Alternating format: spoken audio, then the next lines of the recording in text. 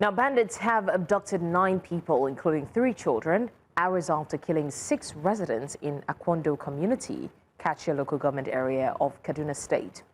A community member, Gloria Ballason, said the attackers returned around 10:12 p.m. on Saturday, seizing 6 adult men and 3 children aged between 12 and 15.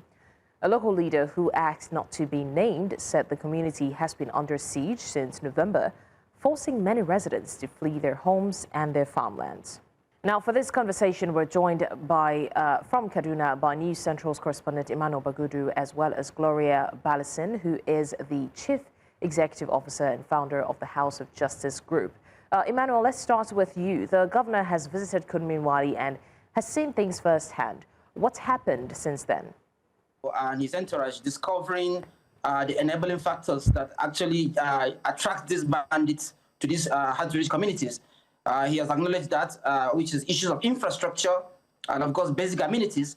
So, of course, you had his promise there, the roads will be fixed, hospital will be fixed, so that access to the community will be free for security personnel. That is what it means.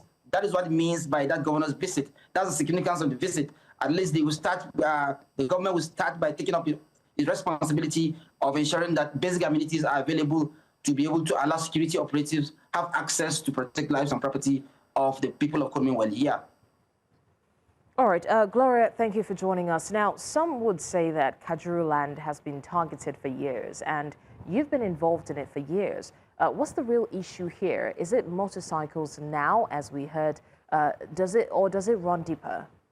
Well, certainly it runs deeper, and there is a deja vu to what has happened with the incident of 18 January 2026, because the state was in exactly the same spot in February 2019, when the then governor of Kaduna State, Malam Nasir El-Rufai, came out to say that 66 Fulanis had been killed, and later on he increased the numbers by 130, none of which happened.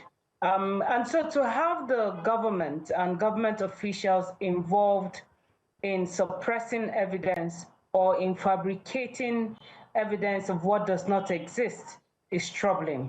And the more troubling fact is to look at why the insurgency has continued and why Kajuru has continued to be an epicenter of attacks of insurgents, because it has never gone away. But if you have a cocktail of factors, like what you saw in that report, the inability of government's presence in the communities, and the failure of government to be accountable and to win the trust of the people, as well as the metastasization of the insecurity when there is no accountability for attacks, and you have criminal elements in the vicinity also join, that makes it complex and complicated. And when you add that also to the fact that people and individuals, well-meaning individuals who go out on self-defense are being attacked and imprisoned by the government, then you have a situation that is worse than complex and complicated. And so Kajuru needs to be a spotlight. And now that all of this has come full circle, we have to now ask the question, what is the resolution of this matter? Because it's the same area where you had in 2018 the paramount ruler of the Adara community, which also covers the Kajuru area, who was killed in questionable circumstances. This should provide a situation now where the government would say, we're stopping the clock to make this go away. And every issue that has to do with criminality and insurgency in Kajuru needs to be addressed. And I think that this is now the moment. All right, let me come back to Emmanuel now. Emmanuel, has either the government or anyone else in the community said anything about the ransom demand of 29 million naira as an initial deposit?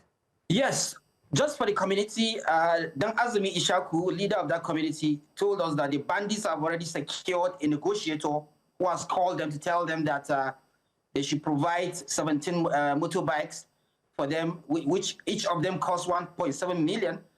So in total, they should provide 29 million naira for them to buy motorbikes first, before they will start talking about negotiation. That is what the community leader told me. That's what all the committee members are telling me. But of course, the government is not responding on that issue because the idea of non-negotiation with bandits has taken the front line as far as insecurity is concerned generally in the state. Yeah.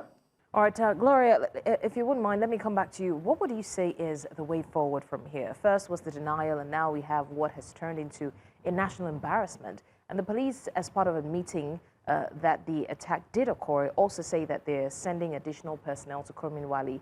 So what are we expecting from here on? The first issue that we need to address is accountability for those who denied that this incident happened. Now, why it is dangerous is that first, you cannot resolve what you don't admit happened. The second part is that the failure of the state to act promptly has made it more difficult, because if they had acted promptly, 177 people could not have been attacked without the government being able to remedy the situation. The third, which I would find very important, is that if they were citizens, if citizens had been the one who had denied the existence of this happening or had fabricated lies, they will be behind bars now. And we have to be able to elevate the accountability of leadership so that when people have failed, it's not just enough to retract, because this retraction came as a result of citizens' pressure. The unwillingness of the citizens to back down despite threats from the Commissioner of Police and the Ministry of Internal Security, the Office of the Commissioner of Internal Security.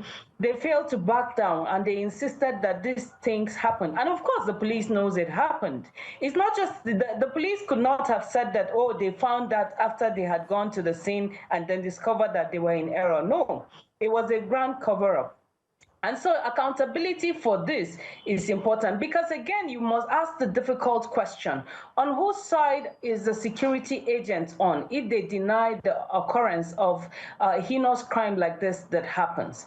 Now, the other issue is whether the government, how the government intends to go about getting these citizens back to their communities, which is important, and how they can return them back in safety. Now, that's not something that is complicated for our government, who have gone on just only recently to Benin Republic to deal with, a critical issue of saying that, oh, they wanted to protect Benin Republic from those who wanted to topple power, or indeed how they moved swiftly in the Rivers State government case, and they imposed, emergency rule. So the point is that the government knows exactly what to do. But we don't even want to have this cycle of every time communities are attacked, we come to look for solutions. I think that the Nigerian government and the security votes is so huge enough to ensure that this kind of incidents are prevented, and prevented at a large scale. So there needs to be a coordination, there needs to be more investment in prevention, and there needs to also be a stacking of the spines of communities so that there can be resilience, and to ensure that we don't get used to having this as a recurring decimal. All right, we appreciate our guest, Gloria, for joining us and sharing her thoughts. And of course, News Central's Emmanuel Bagudu, who's also on standby, giving us an update from that region.